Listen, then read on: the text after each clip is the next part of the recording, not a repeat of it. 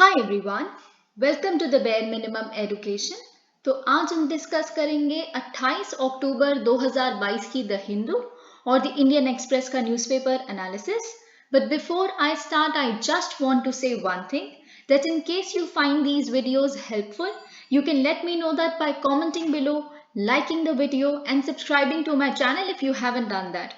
और अगर आपने विजन आईएएस की एक्सप्लेनेशन वीडियोस अभी तक नहीं देखी हैं तो मैं आई बटन में लिंक कर दूंगी, आप जाकर देख सकते हैं। Alright, so let's get started. आज बहुत सारे आर्टिकल्स हमें डिस्कस करने हैं, so I will maintain the pace. Okay, psychological test of death row convicts is essential say supreme court. तो देखिए क्या हुआ है, बहुत ही सिग्निफिकेंट ऑर्डर आया है जिसमें बेसिकली सुप्रीम कोर्ट ने बोला है कि देखिए ये बहुत ही क्लियर है कि एक साइकोलॉजिकल इवैल्यूएशन होना बहुत जरूरी है कंडेम्ड प्रिजनर्स की। एक्सपर्ट डॉक्टर्स क्या करें, साइकोलॉजिकल इवैल्यूएशन करें, उनकी मेंटल हेल्थ क्या थी, उनके क्या स्टेट ऑफ माइंड है एंड ऑल ऑफ दैट। ठीक है, और साथ ही साथ में जो प्रिजनर्स हैं यानी कि मोस्ट प्रॉब्ली जिनको डेथ पेनल्टी मिली हुई है उनको मिटिगेटिंग इन्वेस्टिगेटर्स को उनसे मिलने की इजाजत दी जानी चाहिए। So these are essential before the hearing begins on their appeals against death penalty. देखिए जो डेथ पेनल्टी जिन प्रिजनर्स को मिल गई होती है वो अपने डेथ पेनल्टी के अगेंस्ट अपील डालते हैं। ठीक है, तो जब वो अपील डालते हैं और कोर्ट्स उन्हें सुने इससे पहले कि वो हियरिंग स्टार्ट हो, ये दो चीजें होना बहुत जरूरी है। एक तो जो मिटिगेटिंग इन्वेस्टिगेटर्स हैं वो उनसे मिलें, उनसे बातचीत करें। ठीक है, और साथ ही साथ में उनका साइकोलॉजिकल इवैल्यूएशन होना डॉक्टर्स द्वारा होना बहुत जरूरी है। देखिए मिटिगेटिंग सर्कमस्टांसेस मैंने आपको पहले भी बताया है कि क्या होता है, कभी कभी ऐसा हो जाता है कि जिस स्टेट में उस इंसान ने वो क्राइम कमिट किया, ऐसा हो सकता है कि जिसके अगेंस्ट उसने वो क्राइम कमिट किया उसने पहले बहुत बुली किया हो। क्या पता एक बच्चा है जिसकी उम्र आप समझ सकते हैं सिर्फ 16 साल है, I am just taking an example, सिर्फ 16 साल उम्र है, वो स्कूल में वो जिसको उसने मारा है वो बच्चा उसको बहुत ज्यादा बुली करता हो, मे बी उसके कलर के बेसिस पे, उसकी हेल्थ के बेसिस पे, may be fat thin whatever. ठीक है, और बहुत इंसल्ट करता हो, रैगिंग की हो किसी ने और उसको इतना गुस्सा आ गया हो। तो ये कुछ हमें पता लगानी चीजें बहुत जरूरी हैं। ये मिटिगेटिंग सर्कमस्टांसेस होते हैं जो बाय चांस अगर कोर्ट तक पहुंचा देंगे इन्वेस्टिगेटर्स पता करके कि पास्ट क्या है, हिस्ट्री क्या है, उस इंसान ने आज तो कोई क्राइम नहीं किया तो कुछ तो रीजन होगा कि उसने क्राइम किया। तो ये तरह के जो सर्कमस्टांसेस ये इन्वेस्टिगेटर्स कोर्ट तक पहुंचाते हैं तो उनको सजा में कुछ थोड़ा सा कंसेशन मिल जाता है, उनकी सजा थोड़ी सी कम हो जाती है, मिटिगेट यानी कि रिड्यूस हो जाती है। ओके, तो यही यहाँ पे चीजें बोली गई है। तो देखिए ये किसने कहा है, chief justice of India UU Lalit ने कहा है कि देखिए these reports would provide invaluable assistance for the court to have an independent and holistic picture of the physical and mental condition and background to the condemned person whose life hangs in balance. तो जैसा कि मैंने आपको बताया वही यहाँ पे लिखा है। तो कोर्ट ने बेसिकली ये चीज, ये ऑर्डर, ये वर्डिक्ट कब दिया है, court was actually hearing appeals against the death sentence. कुछ कॉन्विक्ट्स हैं, उन दोनों ने, दो कॉन्विक्ट्स हैं, उन दोनों ने अपने डेथ पेनल्टी के अगेंस्ट अपील फाइल की हुई थी। तो इसी केस को सुनते हुए बेसिकली ये जो कॉन्विक्ट्स हैं 2013 के एक बहुत ही ब्रूटल मर्डर में इन्वॉल्व हैं, इस केस को सुनते ही चीफ जस्टिस ऑफ इंडिया ने बेसिकली ये चीज कही है। Alright, let's move on to the next article. देखिए यहाँ पे बहुत कुछ खास नहीं है लेकिन एक एडिटोरियल है जो एक बहुत ही क्रिस्प एडिशनल पॉइंट ऐड करता है जीएम मस्टर्ड पे। अगर आपने जीएम मस्टर्ड के बारे में मेरी कल की वीडियो अटेंड नहीं की है तो आप जाके देख सकते हैं, उसमें मैंने बहुत ही ल्यूसिड और सिंपल मैनर में ये समझाया है कि कैसे जो वरुणा और अर्ली हीरा 2 को, दोनों को इंडिविजुअली जेनेटिकली मॉडिफाई करवाया गया, फिर दोनों को हाइब्रिडाइज करवाया गया और उनके जो सीड्स हैं फिर वो यील्ड जो प्रोवाइड करते हैं वो 28% हायर है। और सारी तरह की चीजें, बार जीन, बार स्टार जीन, बार्नेज जीन, किस तरह का ये जो ट्रिनिटी है, किस तरह के नए एडिशनल फीचर्स लेके आते हैं हाइब्रिडाइज मस्टर्ड वैरायटी में। ओके, तो ये आप जाकर देख सकते हैं। तो फाइनली क्या हुआ है, अब GM mustard will be ready for cultivation in 3 crop seasons, IARI director। तो फाइनली अब आपको पता है इन्वायरमेंटल रिलीज के लिए GEAC द्वारा एक अप्रूवल मिल गया है कि अब क्या होगा, बेसिकली इन्हें रिलीज किया जाएगा। जो धारा मस्टर्ड 11 की जो वैरायटी है उन्हें अब रिलीज किया जाएगा कि वो सीड्स प्रोड्यूस करें, फिर सीड्स वो फार्मर्स तक ताकि बांटे जा सके और फाइनली एक कमर्शियल कल्टीवेशन स्टार्ट हो सके।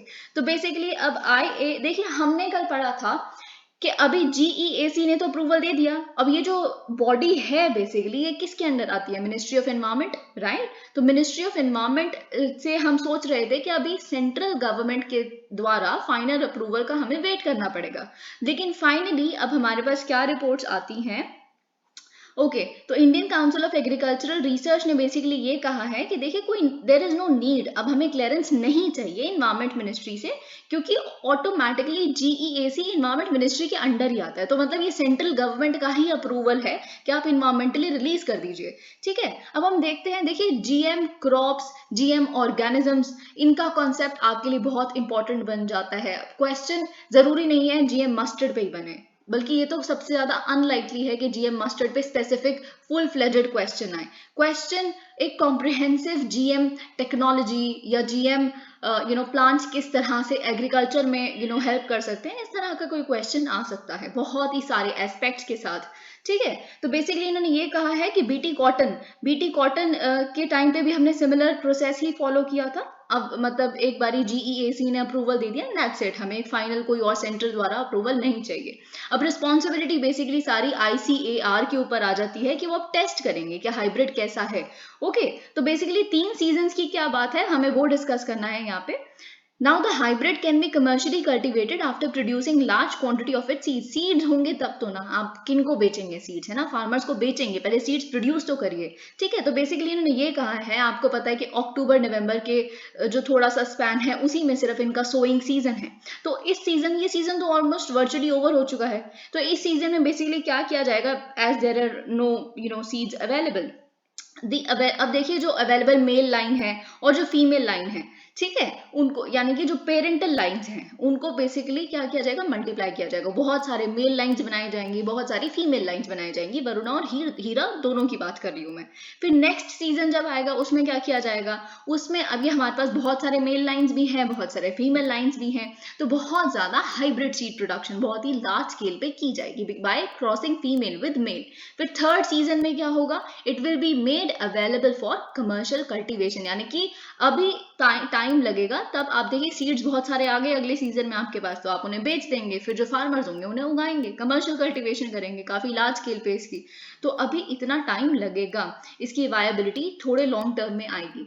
अब देखिए GM मस्टर्ड से रिलेटेड हमें कुछ बहुत इंपॉर्टेंट देखना है, एक कॉन्सेप्ट आता है स्वदेशी का, ठीक है। तो अब इस एडिटोरियल में बहुत फाइनली एक चीज दिखी है कि कैसे दो तरह से, यहाँ पे नहीं लिखा but I classify things for you so that it becomes clear, okay. तो दो तरह से इतना डिले जो GM मस्टर्ड को अप्रूवल देने में लगाया गया है, दो तरह से स्वदेशी के कॉन्सेप्ट के अगेंस्ट जाता है। तो हम देखते हैं कैसे।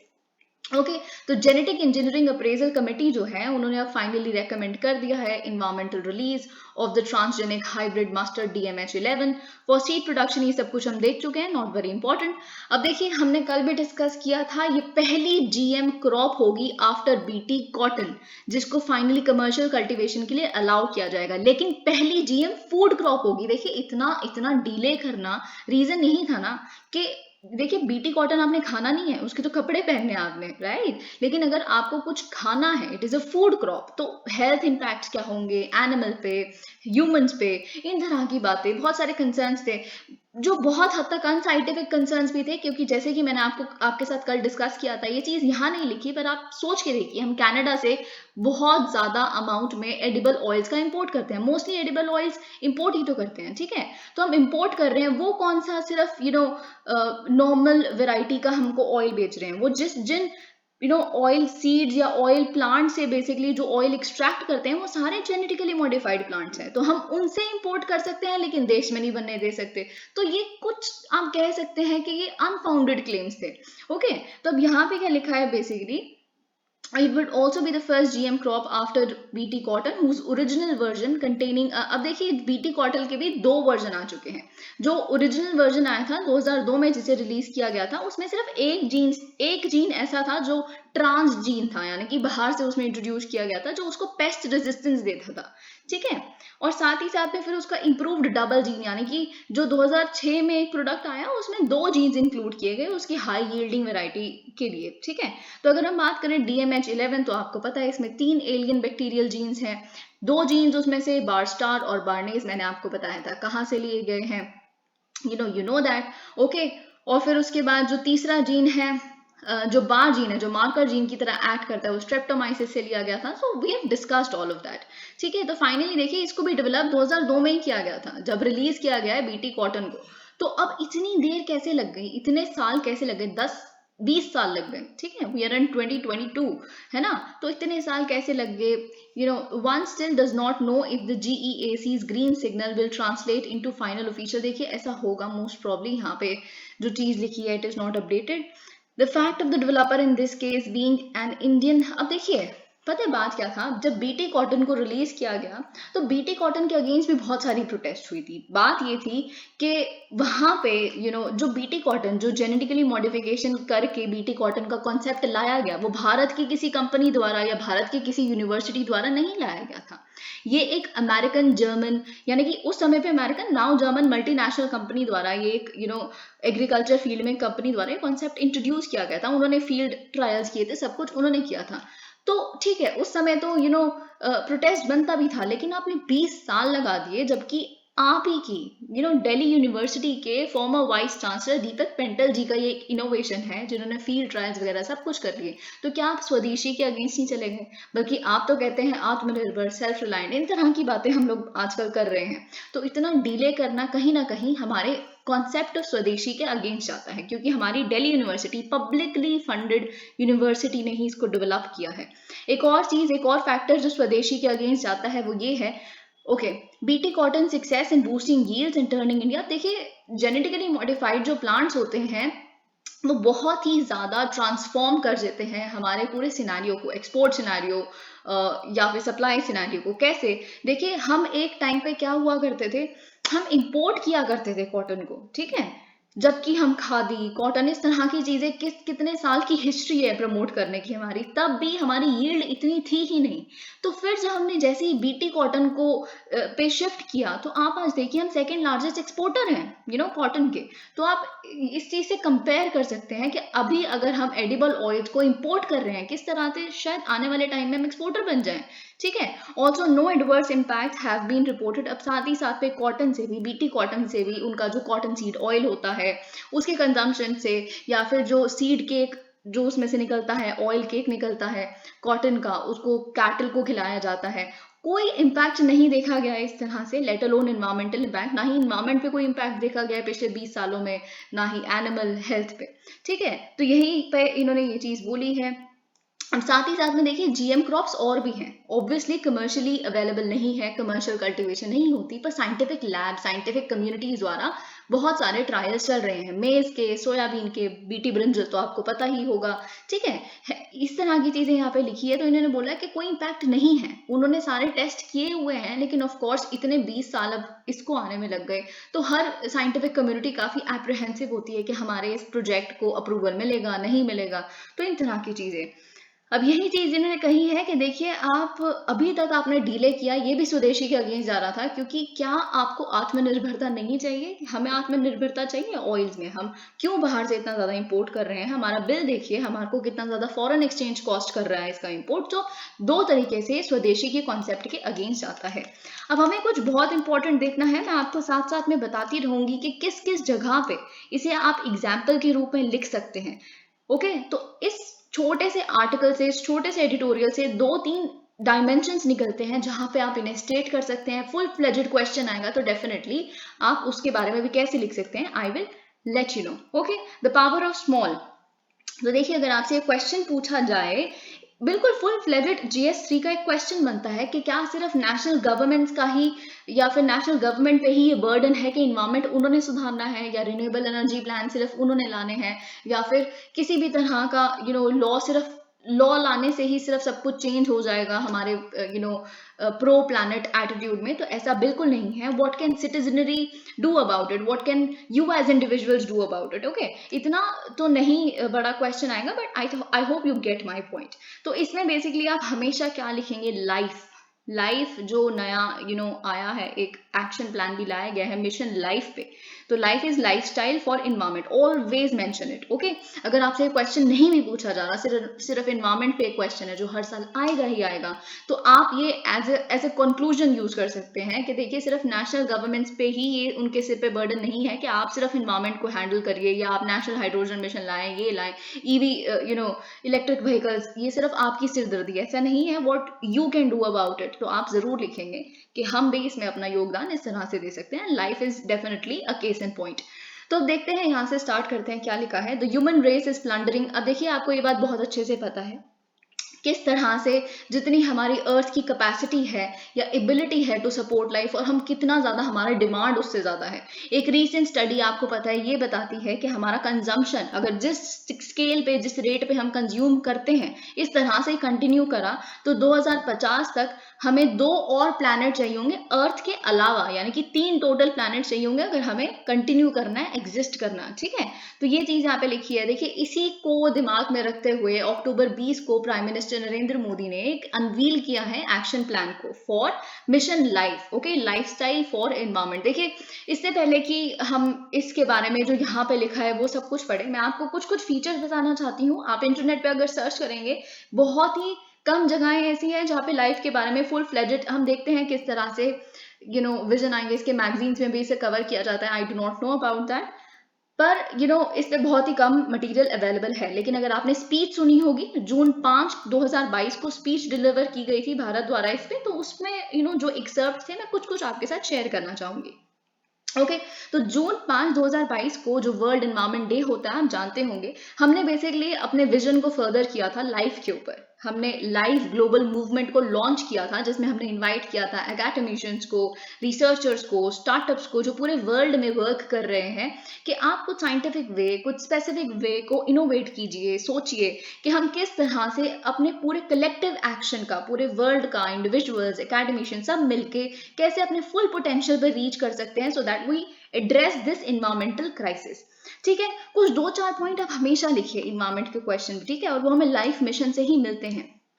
ओके, तो देखिए मिशन क्या करता है, it emboldens the spirit of P3 model. P3 is definitely a point you should, a phrase always to be mentioned. Pro planet people, यानी कि जो people हैं वो pro planet है, entire planet नहीं है. ठीक है, तो ये आप देख सकते हैं, lifestyle of the planet, for the planet and by the planet. Okay, तो सर्कुलर इकोनॉमी की अप्रोच को ये ऑब्वियसली प्रोपगेट करता है. सर्कुलर इकोनॉमी आपको पता है कि कुछ भी जो जा रहा है वो वेस्ट ना हो, बाहर ना जाए, उसको दोबारा रीयूज किया जाए. Reduce, reuse and recycle. Okay, जो इकोनॉमी को भी देखेगा साथ ही साथ में. ऑफ कोर्स आपको कोई नई चीजें नहीं चाहिए ना, नई चीजें प्रोड्यूस करने की जरूरत नहीं पड़ेगी. जब आप पिछली चीजों को रीयूज करेंगे तो इकोनॉमिक ग्रोथ भी बढ़ेगी, साथ ही साथ में सस्टेनेबिलिटी भी आएगी. अगर आपके समक्ष एक क्वेश्चन आता है कि आपको लिखना है कि सस्टेनेबिलिटी और इकोनॉमिक ग्रोथ क्या साथ साथ जा सकते हैं, क्या ये एंटायर ईच अदर है, तो आपको सर्कुलर इकोनॉमी का कॉन्सेप्ट जरूर मेंशन करना है. ओके, तो साथ ही में आपको ये बात पता होनी चाहिए कि मिशन लाइफ जो है, it basically aims at following a 3-pronged strategy. ठीक है, तो कैसे आप बेसिकली सस्टेनेबिलिटी अचीव करेंगे, क्या 3 स्टेप्स हैं या फिर क्या 3 डायमेंशन है. Number 1 is demand, number 2 is supply and number 3 is policy. Okay, तो हम तीनों को देखते हैं कैसे. सबसे पहले आप डिमांड को कैसे केटर करोगे या फिर एड्रेस करोगे. देखिए आप नज करेंगे इंडिविजुअल्स को कि आप थोड़ा अपना जो प्रैक्टिसेस करते हैं या एक्शंस लेते हैं वो इन्वायरमेंट फ्रेंडली हो. अपने डे टू डे लाइफ में आप इन्वायरमेंटल फ्रेंडली बनिए. ठीक है, जो चीजें आप ले रहे हैं उसको दोबारा रीयूज करने की कोशिश करें. आप कपड़े ले रहे हैं, जरूरी नहीं है आपको हर बार कोई नया कपड़ा ही पहनना है. Why not, why don't you repeat clothes. Okay, इस तरह का लाइफस्टाइल. ओके, नंबर 2 है सप्लाई. अब सप्लाई सरकार कैसे मैनेज कर सकती है, अगर हम सरकार की तरफ से भी देखें Okay, it is by enabling industries and markets to respond swiftly to the changing demand. देखिए अब बात क्या है, इंडस्ट्रीज रिसाइकलिंग एजेंसीज खुल सकती हैं, क्यों नहीं, सप्लाई चीज को भी तो आप इस तरह से केटर कर सकते हैं जब डिमांड रिसाइकलिंग प्रोडक्ट्स को यूज करने की है कि एक प्रोडक्ट कम से कम 10-15 साल आपके पास चलेगा, तो ऑब्वियसली इस तरह की एजेंसीज या मार्केट क्यों नहीं खुल सकती। ठीक है, फिर पॉलिसी, लास्ट जो बेसिकली स्टेप है वो ये है कि आप इन्फ्लुएंस करें गवर्नमेंट को या फिर इंडस्ट्रियल पॉलिसी को to support both sustainable consumption and production, इस तरह की पॉलिसीज लेके आए। ओके, तो यही चीज यहाँ पे इस पूरे मिशन को एनकम्पास करती है। तो ये बात आपको पता होनी चाहिए। और साथ ही साथ में एक बहुत छोटी सी चीज ये है कि इसका जो पीरियड है बेसिकली कि when should we actually collectively come together in order to protect and preserve the environment, तो इसका जो मिशन का जो ड्यूरेशन है वो 2022 से लेके 2027 तक है। तो ये कुछ एडिशनल चीजें हैं जो आपको हमेशा पता होनी चाहिए। ओके, तो हम देखते हैं कि यहाँ पे क्या लिखा है। ऑलराइट, ये सब कुछ हमने देख लिया that it is a global mass movement. Okay, PM Modi had given the mantra of life to the world. अब देखिए ऐसा नहीं है कि वर्ल्ड इन्वायरमेंट डे पे ही हमने पहली बार लाइफ के कॉन्सेप्ट को देखा, सुना, समझा, नहीं। पीएम मोदी ने ग्लासगो में जो समिट हुई थी COP26, जो UNFCCC की कॉन्फ्रेंस ऑफ पार्टीज हुई थी बेसिकली, तो उसमें बेसिकली इस चीज को ऑलरेडी हमने अनवील कर दिया था, अपनी विजन को लॉन्च किया था। और फिर साथ में अक्टूबर 20 को क्या हुआ, जब हमने डिस्कस किया कि हमने एक्शन प्लान अनवील किया, तो उसमें हमें बहुत ही ज़्यादा अच्छा सपोर्ट मिला बाकी हेड्स ऑफ स्टेट से भी, जैसे कि फ्रेंच प्रेसिडेंट इमैनुअल मैक्रोन ने अपना सपोर्ट दिखाया, यूके प्राइम मिनिस्टर जो उस टाइम पे लिज ट्रस थी उन्होंने, Guyana president, Argentina, Mauritius, Madagascar, Nepal, Maldives, Georgia, Estonia, इन सब ने अपना सपोर्ट एक्सटेंड किया towards the India led life movement. Okay, अब देखिए एक और क्वेश्चन जो बनता है हम आगे डिस्कस करेंगे, यहाँ पे तो नहीं, कि कैसे इंडिया क्या कर रही है, लीड करने लगी है ग्लोबल मास मूवमेंट्स को। ओके, बहुत सारी चीजें हम देखेंगे। देखिए एक वर्ड है जो आजकल बहुत ही पब्लिक डोमेन में काफी सर्कुलेट कर रहा है, how India would become the विश्व गुरु, राइट। कैसे स्पिरिचुअल डायमेंशन आप लिख सकते हैं इसमें, आप एक लिख सकते हैं इन्वायरमेंटल डायमेंशन, आप जरूर लिख सकते हैं इसमें हेल्थ डायमेंशन, और हम डिस्कस करेंगे कुछ 2-4 पॉइंट यहाँ पे, बाकी आपको खुद प्रिपेयर करना है। ओके, तो ये डेफिनेटली इस तरह का एक क्वेश्चन बन सकता है कि कैसे हमारे जो थॉट्स है, साइंस है, हमारी कल्चर है, ये कैसे अब लीड कर रहा है, इंस्पायर कर रहा है बाकी कंट्रीज को भी, ग्लोबल एट लार्ज को। ठीक है, there has been a perception that only, जैसे कि मैंने आपको स्टार्टिंग में बताया था, परसेप्शन सिर्फ इतनी है, सिर्फ नेशनल गवर्नमेंट्स या international organisation, United Nations environment programme की द्वारा की इस तरह की जो ऑर्गेनाइजेशंस है, they only can do something to protect the environment and earth. ठीक है, यही हम सोचते हैं। ओके, लोगों को हम कह दें कि जी क्लाइमेट चेंज हो रहा है, ये गलत है, हमें इसको रोकना चाहिए, तो कह देंगे क्लाइमेट चेंज कुछ नहीं होता, that very well. But mission life makes environmental protection and conservation a participative process and recognizes the importance of each and every effort, no matter कितना छोटा effort है कितना बड़ा। Okay, each and every effort matters in order to save the environment, चाहे वो individual level पे हो या community level पे हो। Okay, what threatens our existence more than anything else. देखिए सबसे ज़्यादा जो हमें थ्रेटन करता है, हमारे सर्वाइवल को थ्रेटन करता है, वो जिस पेस पे हम प्रोड्यूस कर रहे हैं और कंज्यूम कर रहे हैं। ठीक है, the consumption pattern of the world, देखिए डेफिनेटली हम माइंडलेस कंजम्पशन कर रहे हैं, हम बस स्टफ करते हैं खुद को, हर चीज़ हमें लेनी है, हर चीज़ हमारे घर पे होनी चाहिए एंड ऑल ऑफ दैट, और हम डेफिनेटली कोई रिगार्ड पे नहीं करते इन्वायरमेंट को। Mission life tries to remind the world that the mindset of use and throw must immediately be replaced by reduce, reuse and recycle, जैसे कि हमने डिस्कस किया।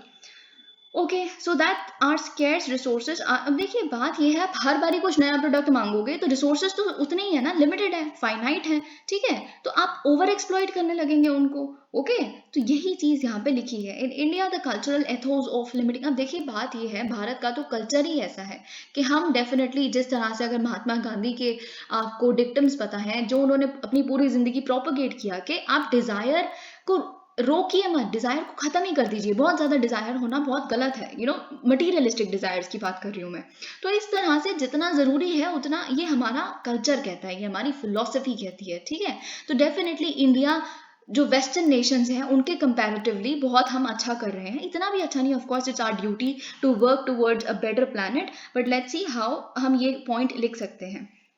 ओके तो जैसा कि यहाँ पे एक स्टैट लिखा है, if I am not wrong, okay इसके विजिबल रिजल्ट्स भी आए हैं हमारे इस कल्चर के, वो ये है कि हम कॉन्स्टिट्यूट करते हैं पूरे संसार की 17% पॉपुलेशन, पर हमारा जो कंट्रीब्यूशन ग्लोबल कार्बन एमिशंस में है सिर्फ 4% है। ठीक है, इतनी बड़ी कंट्री, इतनी पॉपुलस कंट्री जो नंबर 1 बनने वाली है पॉपुलेशन में, वो सिर्फ 4% कॉन्ट्रीब्यूट करती है global green house gas emission में। हम तो न्यूट्रलिटी भी अटेन करने वाले हैं। किसी भी so called sophisticated western nation ने अभी तक कार्बन न्यूट्रलिटी का कोई डेडलाइन नहीं दी है, हमने दी है।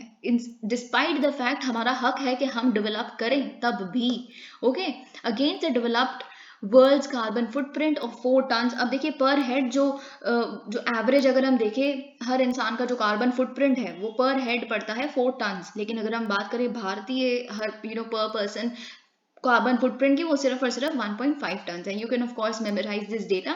Despite not being part of the problem, हम है भी नहीं, हम इस प्रॉब्लम का पार्ट है भी नहीं उतना जितना बाकी कंट्रीज जो पता नहीं कब से इंडस्ट्रियल रेवोल्यूशन के टाइम से इतना डेवलप कर रहे हैं, तब भी हमने किस तरह के ग्लोबल इनिशिएटिव्स को लीड किया है। जैसे कि आप एग्जांपल लिख सकते हैं इन्वायरमेंट सेक्टर में, इन्वायरमेंट डायमेंशन में इंटरनेशनल सोलर अलायंस का, the one sun one world one grid initiative का, या फिर collision for disaster resilient infrastructure का। ओके ये सब आप कुछ देख सकते हैं।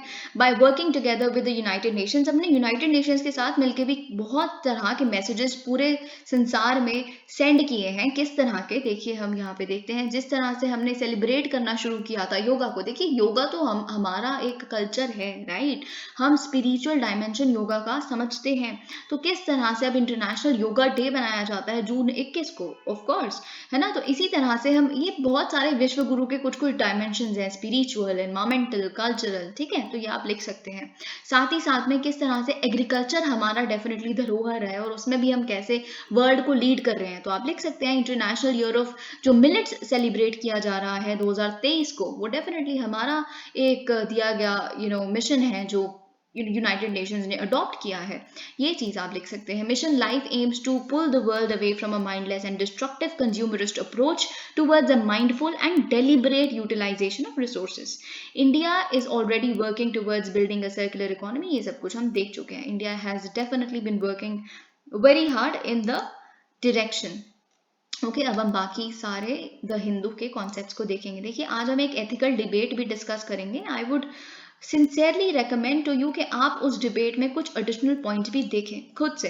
रूपी gains as dollar slips against major currency. देखिए not much here but just कि हम देखें, हम इतने टाइम से पढ़ रहे हैं कि रूपी गिर रहा है, डेप्रिशिएट कर रहा है, सारी करेंसीज गिर रही हैं।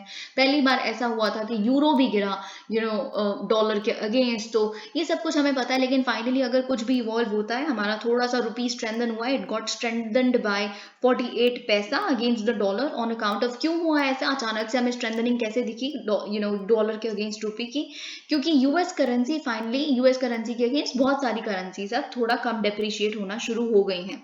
Okay the green back has slipped lower by around 1.5% this week on the back of wages that the Fed might adopt. अब देखिए बात ये है, दो तरह की मॉनेटरी पॉलिसीज होती हैं, ये बात आपको हर जगह पढ़ने के लिए मिल जाएंगी। अगर बाय चांस कभी ऑप्शंस में लिखा हो कि हॉकिश पॉलिसी, मॉनेटरी पॉलिसी किस तरह के टाइम पे आपको लेनी चाहिए, अगर आप आरबीआई है, या फिर डविश पॉलिसी आपको कब लेनी चाहिए, तो आपको पता होना चाहिए हॉकिश पॉलिसी मतलब आप बहुत ही एग्रेसिव टाइटनिंग पॉलिसी ले रहे हैं। ठीक है, जब आप क्या करते हैं, इंटरेस्ट रेट बहुत बढ़ा देते हैं। जब आप इंटरेस्ट रेट्स बहुत ज्यादा बढ़ा देंगे तो आप क्या करेंगे, बेसिकली आप इकोनॉमिक ग्रोथ को सफर करना शुरू कर देंगे, क्योंकि जब लोन पे इतना इंटरेस्ट रेट आपको भरना पड़ेगा तो आप इन्वेस्ट ही नहीं करेंगे अपनी कंट्री में, आप नए प्रोडक्शन ही चालू नहीं करेंगे। तो ये बात आपको पता होनी चाहिए। डविश मतलब स्लाइटली नाइसर एटीट्यूड। ओके, तो वो होता है जब आप एक अक्यूमुलेटिव या फिर इस अकोमोडेटिव अप्रोच जिसे हम कहते हैं, आरबीआई बहुत बार ही मेंशन करती है, आप पढ़ते होंगे, जब हम बेसिकली इंटरेस्ट रेट थोड़े कम कर देते हैं क्योंकि हमें ग्रोथ बढ़ानी है अपनी कंट्री की। ओके, तो अब देखिए बेसिकली ऐसा इसीलिए हुआ है क्योंकि जो green back is basically dollar index, यानी कि डॉलर इंडेक्स थोड़ा सा हमें लोअर दिखा होता हुआ, क्योंकि अब लोग वहां के जो इन्वेस्टर्स हैं वो होप कर रहे हैं, जो वहां का फेडरल रिजर्व है, बेसिकली फेडरल रिजर्व अब थोड़ा सा कम एग्रेसिव पॉलिसी का अप्रोच अडॉप्ट अडॉप्ट करेगा नवंबर मीटिंग में। ओके, क्योंकि देखिए बेसिकली फेडरल रिजर्व को भी पता है कि आप एक हद तक इंक्रीज कर सकते हैं इंटरेस्ट रेट, क्योंकि वहाँ का जो हाउसिंग मार्केट डेटा है, यानी कि लोग अब घर ही नहीं ले रहे। ठीक है, मॉर्गेज रेट्स देखिए कितने ज्यादा बढ़ गए हैं। लोग जब घर नहीं लेंगे, जो रियल एस्टेट सेक्टर है पूरा डेवेस्टेट हो जाएगा। और आपको पता है 2008 की जो फाइनेंशियल क्राइसिस था, 2008 का जो शुरू ही वहाँ के रियल एस्टेट सेक्टर से हुआ था अमेरिका के, तो इनको सब कुछ याद है आज भी। Okay, US growth rebounds but demand stalling. अब देखिए थोड़ा सा कुछ आप कह सकते हैं सिल्वर लाइनिंग दिखनी शुरू हो गई है यूएस की इकोनॉमिक ग्रोथ में भी, क्योंकि बेसिकली उन्होंने थर्ड क्वार्टर में 2.6 तक दोबारा रिबाउंड कर लिया है। ऑब्वियसली अमिड अ श्रिंकिंग ट्रेड डेफिसिट। अब देखिए उनका जो ट्रेड डेफिसिट है वो श्रिंक हो रहा है, इसीलिए उनका थोड़ा सा इकोनॉमिक ग्रोथ दिखा है। ट्रेड डेफिसिट क्या होता है? जो यूएस का ट्रेड डेफिसिट ऑलमोस्ट आपको हर कंट्री के साथ बहुत ज्यादा दिखेगा। यूएस का चाइना के साथ देख लीजिए, यूएस इंपोर्ट बहुत करता है चाइना से और एक्सपोर्ट कम करता है, इसी वजह से तो ट्रेड डेफिसिट हो जाता है। ठीक है, तो अब वो थोड़ा सा कम नैरो होता हुआ दिख रहा है, इसलिए थोड़ा बहुत ये लोग ग्रो कर रहे हैं, but that overstates the economy's health. अब लेकिन ऐसा नहीं है 2.6% में रिबाउंड होता हो थर्ड क्वार्टर में देख लिया तो एवरीथिंग इज मेरी बहुत ऐसा कुछ हो गया। अच्छा, ऐसा नहीं है। आप सिर्फ इतना सा ग्रोथ दिखा के बेसिकली आप ये नहीं देख रहे, उनका जो डोमेस्टिक डिमांड है वो बहुत ज़्यादा कम है। ऑब्वियसली जब इंटरेस्ट रेट इतने ज़्यादा होंगे डोमेस्टिक डिमांड कम ही होगी। ओके, तो वही चीज़ यहाँ पे लिखी है। Alright, now this is something very important, ये एक काफ़ी इंपॉर्टेंट आर्टिकल है। Alright, China accused of targeting dissidents. तो डिसिडेंट्स कौन होते हैं? डिसिडेंट्स वो होते हैं या तो जो अपने ही सरकार के अगेंस्ट जो गलत है वो उनके सामने रखे कि आप ये गलत हो, हम आपके खिलाफ है, अपना फ्रीडम ऑफ स्पीच और एक्सप्रेशन को एक्सरसाइज करते। या वो भी होते हैं जो अपनी कंट्री में किसी तरह का इकोनॉमिक फ्रॉड करके दूसरी कंट्री में पनाह लेने चले जाते हैं। चाइना के केस में डिस्कस कर रहे हैं। तो फाइनली क्या हुआ है, China has reportedly established dozens of overseas police station. देखिए मैं आपको सिंपली बताती हूँ कि क्या हुआ है, यहाँ पे नहीं लिखा, लेकिन एक इन्वेस्टिगेशन कंडक्ट की गई है एक स्पेन बेस्ड एनजीओ द्वारा जिसका नाम है सेफगार्ड डिफेंडर्स। ठीक है, यानी कि बेसिकली ये एक आप समझ सकते हैं सेफगार्ड डिफेंडर्स के नाम से समझ सकते हैं कि कोई अगर अपना फ्रीडम ऑफ स्पीच एक्सरसाइज कर रहा है अपनी किसी पर्टिकुलर घटिया सरकार के खिलाफ, तो उनको बेसिकली आपने सेफगार्ड करना है। ठीक है, तो इन्होंने एक रिपोर्ट निकाली जिसका नाम है Chinese transnational policing gone wild. ठीक है, तो अब आप समझ गए होंगे चाइना क्या कर रही है, ट्रांसनेशनल पुलिसिंग कर रही है। ठीक है, अगर हम नीदरलैंड्स की स्पेसिफिकली बात करें, क्योंकि यूरोप की बहुत सारी कंट्रीज में क्या हो रहा है, देखिए मैं आपको बताती हूँ चाइना ने क्या करना शुरू कर दिया है। चाइना कह रही है कुछ कुछ अपने उन्होंने आउटपोस्ट, यानी कि यूरोप की कुछ कुछ कंट्रीज में जैसे यूके, नीदरलैंड्स, ऐसी ऐसी कंट्रीज में उन्होंने आप कह सकते हैं आउटपोस्ट पुलिस स्टेशन खोल लिए हैं। वो कह तो रहे हैं कि ये जो हम छोटे छोटे से सेंटर्स खोल रहे हैं वो एक्चुअली क्या करेंगे, डिप्लोमेटिक सर्विसेज प्रोवाइड करेंगे, जैसे कि पासपोर्ट रिन्यूअल कर देंगे वहाँ पे जो लोग रह रहे हैं, चाइनीज लोग रह रहे हैं वहाँ पे, या फिर जो चाइनीज ड्राइवर लाइसेंस है उसको रिन्यू करने में, या फिर किसी भी तरह का उनको दिक्कत हो रही है वहाँ के लोगों को तो हम उनकी हेल्प करते हैं, या फिर हम टेररिज्म के खिलाफ कॉपरेट करने के लिए वहाँ पे हमने इस तरह के सेंटर्स खोले हैं। तो जो एक्चुअल में वैसा नहीं हो रहा, जो वहां पे हो रहा है, इनको ट्रांसनेशनल पुलिसिंग के लिए यूज किया जा रहा है। इन छोटे छोटे सेंटर्स को जो अराउंड आप देख सकते हैं, if I am not wrong 110 overseas इस तरह के आउटपोस्ट खुल गए हैं अराउंड 21 कंट्रीज में। ये सब कुछ यहाँ नहीं लिखा, but I am just telling you certain additional facts. तो बेसिकली क्या करते हैं, फॉर एग्जाम्पल कई लोगों को जिनसे बात की गई, तो जिससे पता चला कि ये पुलिसिंग स्टेशन क्या कर रहे हैं, उनको कॉल करते हैं। मतलब वैसे तो यूजुअली बहुत ह्यूमैनिटेरियन ग्राउंड पे आपको अपने पेरेंट्स की याद नहीं आती, आप वापस चाइना आ जाओ, क्यों प्रदेश रहना एंड ऑल ऑफ दैट, या फिर कुछ कहना कि चाइना इज योर होम, ऐसे परसुएड करना बहुत ज़्यादा कि आप वापस चाइना आ जाओ, अपनी पढ़ाई चाइना कर लो, यहाँ क्यों पढ़ रहे हो, ये बेकार देश है, ये हमारी कंट्री के खिलाफ है। उनका जो भी फ्रीडम है, चॉइस है कि हमें यहाँ पढ़ना है या कहीं और पढ़ना है, उसको नहीं एक्सरसाइज करने देना, परसुएड करना, माइंड वॉश करना, इस तरह की चीजें ये लोग कर रहे हैं। ठीक है, और कुछ कुछ लोगों को थ्रेटन भी कर रहे हैं कि हम आपके पीछे, जो आपकी फैमिली वहां पे रहती है, अगर आप यहाँ आ गए हो तो हम उनके साथ गलत कर देंगे। इस तरह की चीजें भी सामने आ रही हैं। Countries climate efforts fall short United Nations. अब देखिए बेसिकली क्या है, हमने कल भी डिस्कस किया था कल, लेकिन कोई स्टैट कंक्रीट नहीं आया था। आज यूनाइटेड नेशंस की रिपोर्ट के स्टैट्स आए हैं। Country climate pledges leave the world on track. अब देखिए देखिए जो अभी सबके नेशनली डिटरमाइंड कॉन्ट्रीब्यूशन है हर एक कंट्री का कि हम इतना कम करेंगे कार्बन एमिशन, ये वो हर किसी का एक अपने नेशन का अपना अलग यूनिक एक आप कह सकते हैं प्लेज है, क्लाइमेट प्लेज है। तो अगर इसी तरह के प्लेज जो अभी एग्जिस्ट करते हैं हर एक कंट्री के वो कंटिन्यू करे तो क्या होगा, हमारा जो अर्थ है वो हीट अप हो जाएगा बाय 2.6 डिग्री सेल्सियस। और हमारा एम क्या है, हमारा पेरिस एग्रीमेंट क्या कहता है कि हमें 1.5 डिग्री सेल्सियस तक उसको कंटेन करना है। 1.5 डिग्री सेल्सियस कितने तक, कितने से, इंडस्ट्रियल रेवोल्यूशन वाला जो टाइम था उस टाइम से हम देख रहे हैं, ठीक है। तो ये चीज यहाँ पे लिखी है कि 2.6 तो बहुत ज्यादा हो गया। खैर और उन्होंने वार्न किया है that the emissions must fall. अब देखिए उन्होंने बोला है कि अगर आप चाहते हैं कि हम इस डिजास्टर्स ग्लोबल वार्मिंग को रोकें तो इस डेकेड यानी कि अगले 10 साल के अंदर अंदर जो एमिशंस चल रही हैं उसको हमने 45% तक हमें कम करना पड़ेगा। अब यूनाइटेड नेशंस एनवायरनमेंट प्रोग्राम ने बेसिकली अपनी एनुअल एमिशंस गैप रिपोर्ट में ये सब कुछ कहा है। उन्होंने बोला है found that updated national promises since last years COP26 summit in Glasgow would only. अब देखिए COP26 के बाद बहुत सारे कंट्रीज ने अपने नेशनल प्रोग्राम्स को अपडेट कर दिया, ठीक है, अपडेट किया, लेकिन वो सिर्फ हमें लेस देन 1% ही कट करने में हेल्प करेगा। और हमें कितना कट करना है, 45%, ठीक है। तो ये चीज इन्होंने कही है। अब देखिए हमें इंडस्ट्रियल रेवोल्यूशन से लेके अभी तक अगर हम बात करें तो 1.2 डिग्री सेल्सियस ऑलरेडी हम वार्म कर चुके हैं हमारी अर्थ के एटमॉस्फेयर को, ठीक है। अब देखिए सिर्फ 1.2 डिग्री सेल्सियस ही वार्म होने से कितनी तरह के क्लाइमेट चेंज डिजास्टर्स हो रहे हैं। टेक फॉर एग्जांपल पाकिस्तान, कितनी डेवेस्टेटिंग फ्लड्स उन्होंने देखी। से चाइना, पाकिस्तान एक गरीब देश है कंपैरेटिवली चाइना के, तो वो बहुत डेवेस्टेट हो गया। चाइना भी डेवेस्टेट हो जाता had it not had any resources, but the second largest economic power of course had all the resources at its might. तो उन्होंने डेफिनेटली उसको सेव कर लिया है, कितना बड़ा हैवॉक नहीं बना पाकिस्तान जैसा। पर जहां अगर हमारा जो वेस्टर्न नेबर है जो इतने फ्लड्स देख रहा है, तो हमारा जो ईस्टर्न नेबर है वो ड्राउट्स देख रहा है। जो हाइड्रो इलेक्ट्रिसिटी पे कंप्लीटली रिलाई किया करता था वो आज कोल पे रिलाई करता है। आप कोल पे दोबारा रिलाई करेंगे अपनी इलेक्ट्रिसिटी के लिए, फिर आप उसको विशियस साइकिल बना देंगे। कोल, फिर एमिशंस होगा, फिर क्लाइमेट चेंज होगा, फिर आप और कोल जलाएंगे, ठीक है। तो ये एक लूप बन गया है। Imran Khan asked army for illegal favors says ISI। तो देखिए किसी भी हाल में अपने ऑपोजिशन जो शहबाज शरीफ की सरकार है उनको काफी टफ ऑपोजिशन और इमरान खान से मिल रहा है, और इमरान खान को काफी जनरल जनता का सपोर्ट मिलता हुआ देख वहां की ना ही मिलिट्री खुश है और ऑफ कोर्स ना ही वहां की सरकार खुश है। तो अभी रिसेंटली हमने वहां की इलेक्शन कमीशन द्वारा ऑर्डर देखा, क्या देखा था हमने ऑर्डर में कि उन्होंने ये कहा कि इमरान खान ने अपने फॉरेन फ्रेंड्स या फॉरेन लीडर से गिफ्ट लिए और गिफ्ट की नीलामी कर दी, उससे पैसा कमाया और वो पैसे के बारे में किसी को पता भी नहीं था, इसलिए 5 साल तक की कोई भी इलेक्शन ही नहीं लड़ सकते।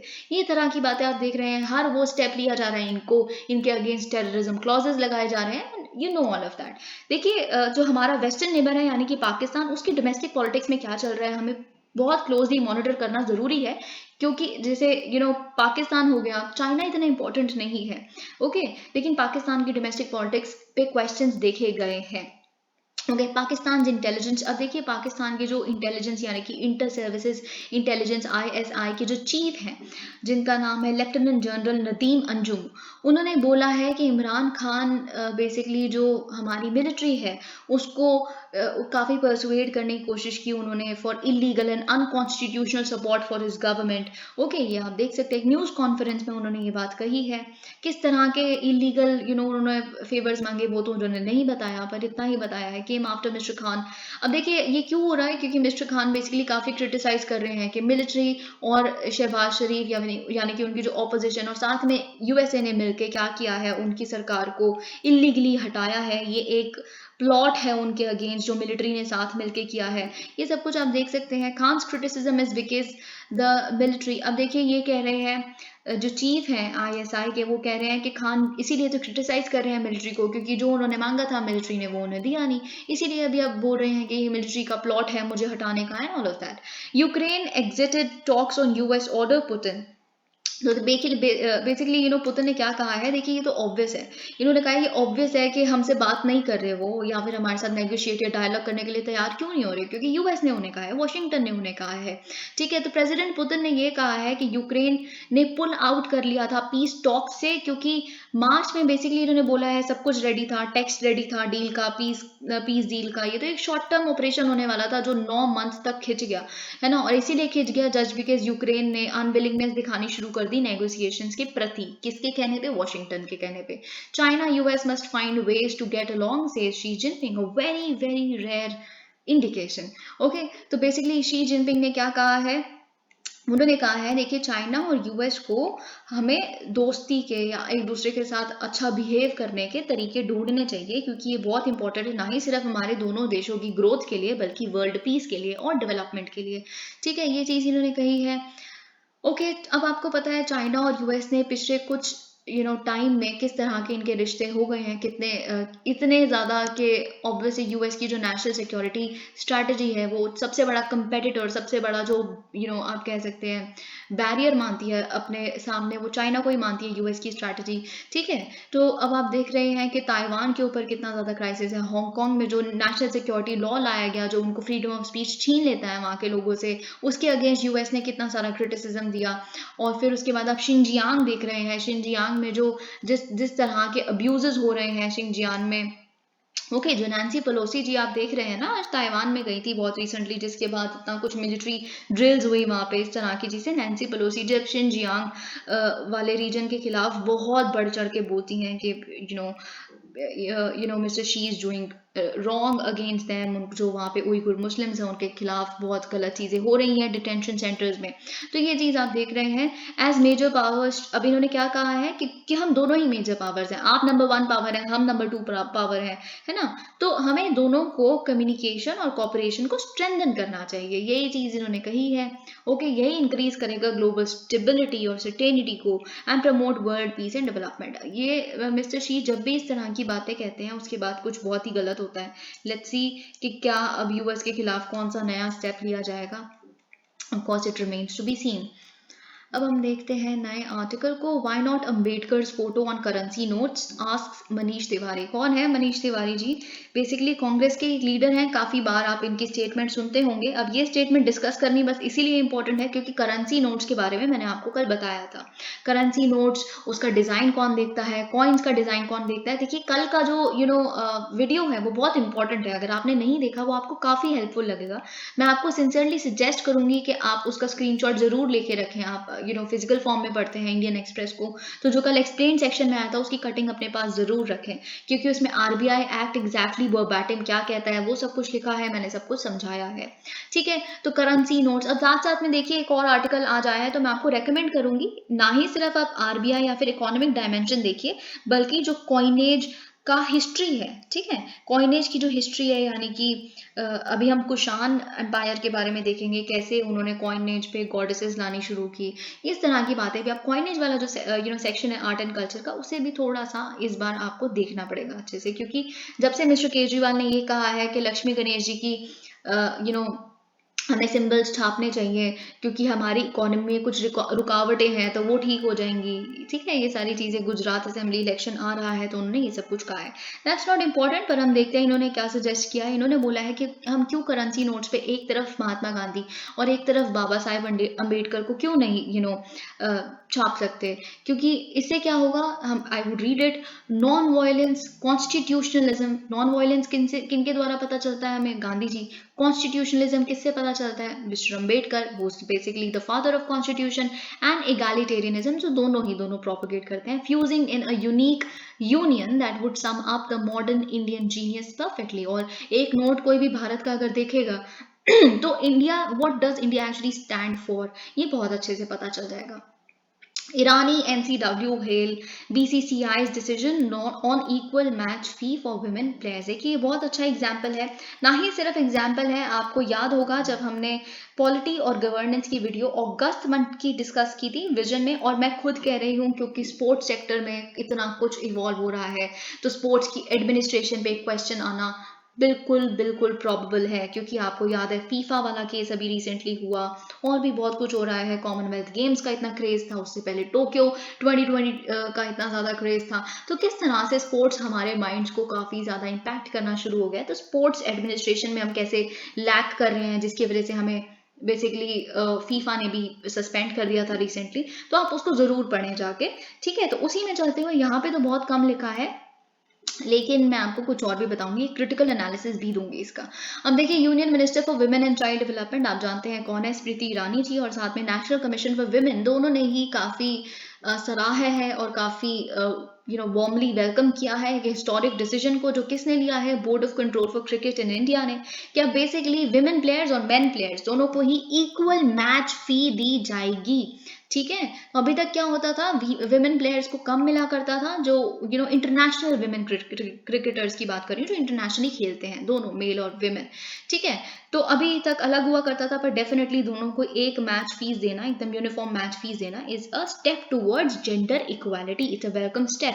ठीक है, तो डेफिनेटली बहुत अच्छा है। तो बेसिकली अब क्या होगा, देखिए जो बीसीसीआई है काफ़ी रिलक्टेंट हुआ करती थी एक टाइम पे कि हम इंटीग्रेट भी नहीं करेंगे विमेंस क्रिकेट को अपने विंग्स के अंदर, पर आज इस तरह का स्टेप आना ये डेफिनेटली हिस्टोरिक है, rightly said. Okay, pay parity लाना स्पोर्ट में। अब देखिए क्या होगा, basically India's women cricketers will be paid the same match fee as men for international matches. क्या है पे, आप थोड़ा सा I do not know if this might come और नॉट, बट स्टिल मैं आपको बता देती हूँ कि हर एक टेस्ट के लिए बेसिकली क्या होगा, एवरी टेस्ट मैच के लिए क्या होगा, आपको मिलेगा ₹15 लाख। ठीक है, आप ओडीआई खेलते हैं तो 6 लाख रुपए, और अगर आप T20 खेलते हैं तो आपको मिलेगा 3 लाख रुपए, T20 इंटरनेशनल। ठीक है, तो ये आपको याद रखना है। पर अब देखिए इसका क्रिटिकल एनालिसिस क्या है। अब आपको ये बात पता होनी चाहिए कि मैच फीस में जो रिविजन हुई है, ये डेफिनेटली जो विमेन प्लेयर्स की सैलरी है, it takes it up 6 times for tests and ODIs, है ना। पर देखिए बात है, जो कलेक्टिव मैच अर्निंग्स है विमेन क्रिकेटर्स की, वो कहीं भी मेन क्रिकेटर्स के आसपास भी नहीं फटकती हुई दिखेंगी आपको। क्यों? क्योंकि जितने नंबर ऑफ मैचेस वो विमेन क्रिकेटर्स खेलती हैं, दे आर वेरी फ्यू, बिल्कुल मुट्ठी भरी खेलती हैं matches in comparison with the male players, है ना। अगर हम थोड़े से स्टैट्स की बात करें, तो जो इंडियन विमेन है इस अगर हम फ्यूचर टूवर्ड्स प्रोग्राम के हिसाब से देखें जो होने वाले हैं, they will be playing 27 ODIs and 36 T20Is between 2022 and 2025। ठीक है, मैंने क्या बोला, 27 ODIs और 36 कितने T20। अगर हम बात करें सेम पीरियड के लिए मेंस टीम की, तो कितने खेलेंगे, 38 टेस्ट्स, 42 ODIs एंड 61 T20, है ना। तो आप खुद देख लीजिए कि कितना बड़ा गैप आ जाएगा। सो अगर कोई और फॉर्मेट मेल इंटरनेशनल क्रिकेटर है जो हर एक मैच में खेलता है, जो भी हमने अभी डिस्कस किए, तो वो कम से कम 10.5 करोड़ आराम से बना लेगा। ठीक है, और हम विमेन क्रिकेटर की बात करें इस पीरियड में कितना बनाएगा, वो 3 करोड़ रुपए। तो ये चीज है कि थोड़ा सा विमेन क्रिकेट जो है उसको प्रमोट करना, उसके लिए काफी सोशल कैंपेन करना हमारी सरकार द्वारा बहुत जरूरी है। ओके, जब तक हमारी मेंटालिटी, जो आपको आसपास वाले लोग आए दिन बोलते दिख जाते हैं कि लड़कियां गाड़ी क्यों चलाती हैं, गाड़ी छोड़ना चलानी आती है इनको, कहीं भी घुसा देती हैं। अब ये चीज़ आपको एक जगह सुन गई, अब आप बड़े होंगे यही सुनते सुनते, फिर आप भी यही बातें बोलने शुरू हो जाएंगे। फिर आप देखते ही बड़े हुए हैं कि सिर्फ मेल्स ही खेलते हैं क्रिकेट, तो आप कहेंगे लड़कियों को थोड़ा खेलना आता है, पता नहीं ऐसे ही खिलवा देते हैं, they are weaker and all of that. ठीक है, तो ये चेंज होना, जब तक ये चेंज नहीं होगा तब तक कुछ नहीं होने वाला। Settle Kashmir issue through dialogue consultation, says China. Okay, what has China said? वैसे भी कुछ मैटर नहीं करता है, क्योंकि चाइना काफ़ी ज़्यादा हिपोक्रेट है इस चीज़ में, क्योंकि वो एक तरफ कहते हैं डायलॉग के बारे में और वो फिर उसके दूसरी तरफ वो पाकिस्तान को काफ़ी सपोर्ट करते हैं। ओके, तो चाइना ने बेसिकली थर्सडे को बोला है कि इंडिया और पाकिस्तान को अपना कश्मीर इशू सेटल करना चाहिए डायलॉग और कंसल्टेशन के माध्यम से, और कोई भी यूनिलैटरल मूव अवॉइड करना चाहिए, क्योंकि ये बेसिकली कॉम्प्लिकेट ही करेगा इशू को। यूनिलैटरल के बोलते हुए बेसिकली वो किसको रेफर कर रहे हैं, इंडिया को रेफर कर रहे हैं, क्योंकि हमने अगस्त 5 को वहाँ का ऑटोनोमस स्टेटस को स्ट्राइक डाउन किया था। ओके, तो बेसिकली ऐसा क्यों हो रहा है, देखिए अक्टूबर 27 को बेसिकली क्या हुआ था, पाकिस्तान कहती है कि इंडिया ने इन्वेड किया था पाकिस्तानी रीजन को, लेकिन ऐसा नहीं था। आपको पूरी कहानी हम बहुत डिस्कस भी कर चुके हैं एक एडिटोरियल के दौरान कि क्या हुआ था कि वहाँ के उन्होंने ट्राइबल लोग भेज दिए थे, जितने भी ट्राइबल थे वो मार्च करते करते बहुत ज़्यादा ही तादाद में वहाँ पे आ रहे थे हमारे जम्मू कश्मीर रीजन में। तो जो महाराजा हरी सिंह जी थे वहाँ पे, उन्होंने फिर क्या किया था, उन्होंने साइन किया था फिर एक इंस्ट्रूमेंट ऑफ एक्सेशन को मिस्टर नेहरू के साथ, जिन्होंने फाइनली अब इंडियन आर्मी को वहाँ पे डिप्लॉय कर दिया था। और कुछ तो जो ट्राइबल्स वगैरह जो वहाँ के थे, जो उन्होंने ऑक्यूपाई कर लिया, वो पाकिस्तान ऑक्यूपाइड कश्मीर बन गया। ठीक है, लेकिन बाकी हमने उनको और आगे नहीं आने दिया था। तो ये हुआ था। PM to lay foundation stone for C295 aircraft plant in Gujarat on October 30. तो फाइनली क्या हुआ है, एक मैन्युफैक्चरिंग फैसिलिटी किसके लिए, C295 ट्रांसपोर्ट एयरक्राफ्ट के लिए सेटअप की जाएगी। कहाँ पे, वडोदरा में, गुजरात में। किसके द्वारा, टाटा एडवांस्ड सिस्टम्स लिमिटेड। बहुत इंपॉर्टेंट है क्योंकि पहली बार ऐसा हो रहा है कि एक प्राइवेट कंपनी को इतना बड़ा टास्क दिया जा रहा है। It is very rare and it is very important. Basically prime minister Modi इसका फाउंडेशन स्टोन ले करेंगे इस प्लांट का, कब, अक्टूबर 30 को।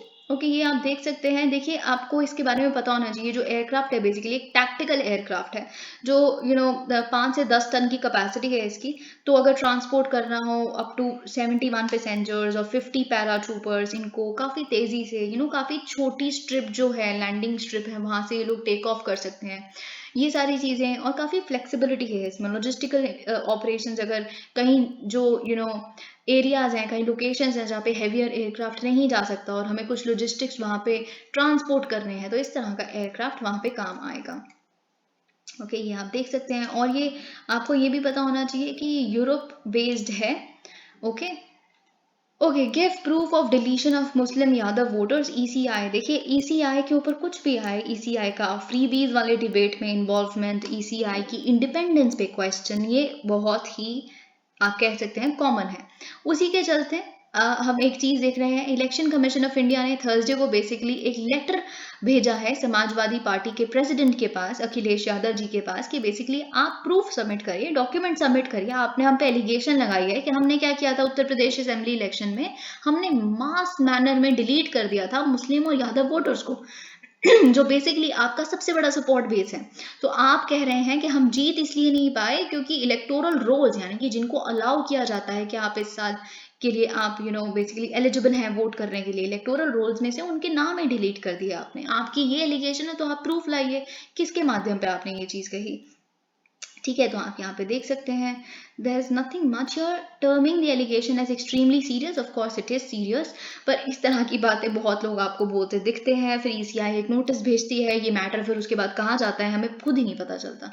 ठीक है, तो इन्होंने बोला ये हमारी इंटीग्रिटी ऑफ इलेक्शंस पे, और जो परसेप्शन आम जनता का बाकी कंट्रीज का हमारे पे है कि हम जो फ्री एंड फेयर इलेक्शंस को कंडक्ट करने में हम एक गोल्ड स्टैंडर्ड है, उसको इफेक्ट करता है, डेमोक्रेसी पर से को इफेक्ट करता है।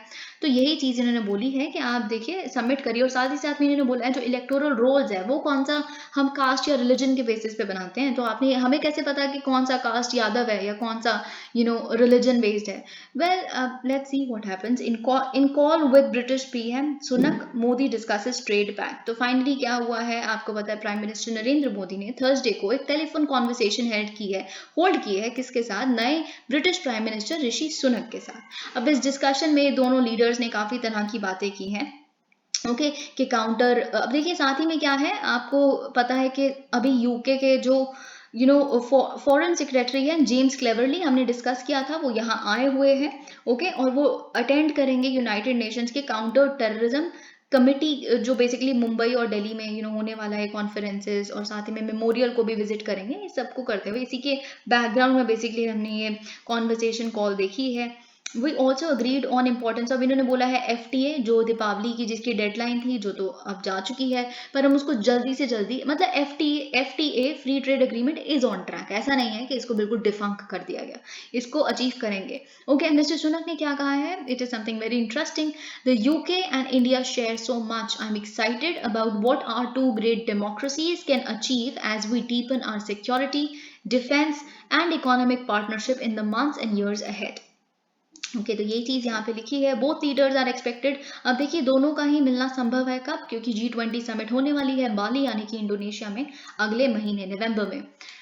ओके, तो यही चीज़ यहाँ पे लिखी है। Submit details of accounts of 10 terrorist, RBI tells bank. तो बेसिकली अक्टूबर 4 को क्या हुआ था, जो मिनिस्ट्री ऑफ होम अफेयर्स है उन्होंने डेजिग्नेट किया था total of 10 members of Hizbul Mujahideen, Lashkar e Taiba and other proscribed outfits as terrorist. किसके तहत, UAPA के तहत।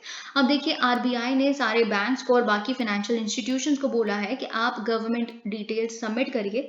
अगर आपको लगता है कि इन इंडिविजुअल्स के अकाउंट्स मिलते जुलते रिजेंबल करते, कुछ भी इंफॉर्मेशन आपके पास है, इनका डिपॉजिट विड्रॉल, कुछ भी इस तरह का आपको लगता है तो आप इन डेजिग्नेटेड टेररिस्ट का, तो आप हमें सबमिट करिए। ठीक है, यही चीज़ यहाँ पे हमने देखी है।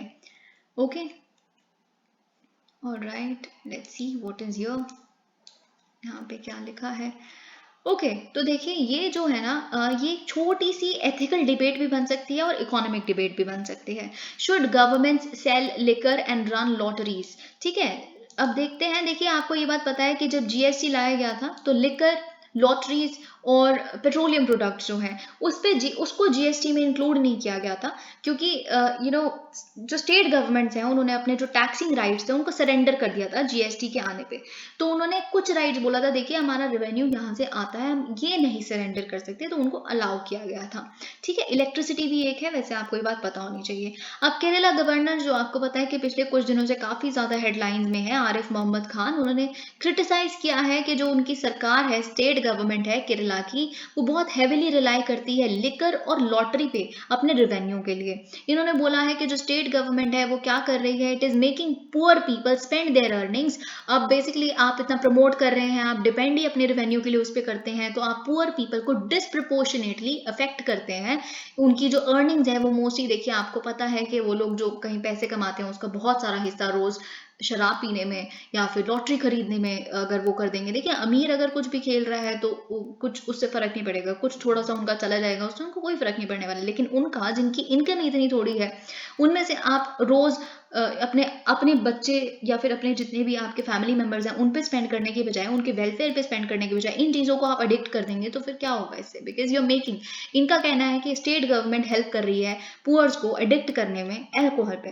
ओके, अब क्वेश्चन ये है, should government sell liquor and run lotteries? क्या करना चाहिए उनको कि नहीं करना चाहिए? अब दो तरह के लोगों ने इस पे दो तरह के डिफरेंट ओपिनियंस दिए हैं। ओके अब देखिए इन्होंने बोला है फर्स्ट मेंबर ने कि मुझे नहीं लगता कि गवर्नमेंट को किसी भी तरह के सिन बिजनेस में होना चाहिए या किसी भी बिजनेस में होना चाहिए। सिन बिजनेस आपको पता है, सिन गुड्स क्या होते हैं? बेसिकली जो भी गलत गुड्स है, गैम्बलिंग गलत है, ठीक है, या फिर जैसे हमने लॉटरी देखा गलत है, अल्कोहल लिकर गलत है, ठीक है, सिन गुड, पाप कह सकते हैं आप इसको, ठीक है। But there are specific reasons. अब देखिए इन्होंने बोला है ठीक है किसी भी बिजनेस में नहीं होना चाहिए, पर डेफिनेटली कुछ रीजन स्पेसिफिक है कि गवर्नमेंट को इन्वॉल्व नहीं होना चाहिए for providing goods like alcohol. पहला तो इन्होंने बोला है कि जो स्टेट का रोल है, उनका रोल है टू प्रोवाइड पब्लिक गुड्स, लेकिन जो सिन गुड्स हैं वो तो पब्लिक बैड होते हैं, ठीक है, तो ये टर्म्स आप यूज कर सकते हैं। अब इन्होंने बोला है कि जो नेगेटिव इफेक्ट्स होते हैं इस तरह के सिन गुड्स के, वो डिस्प्रपोर्शनली इम्पैक्ट करते हैं, जैसे हमने अभी देखा weaker sections of the society को, because the rising demand for alcohol is a public health concern.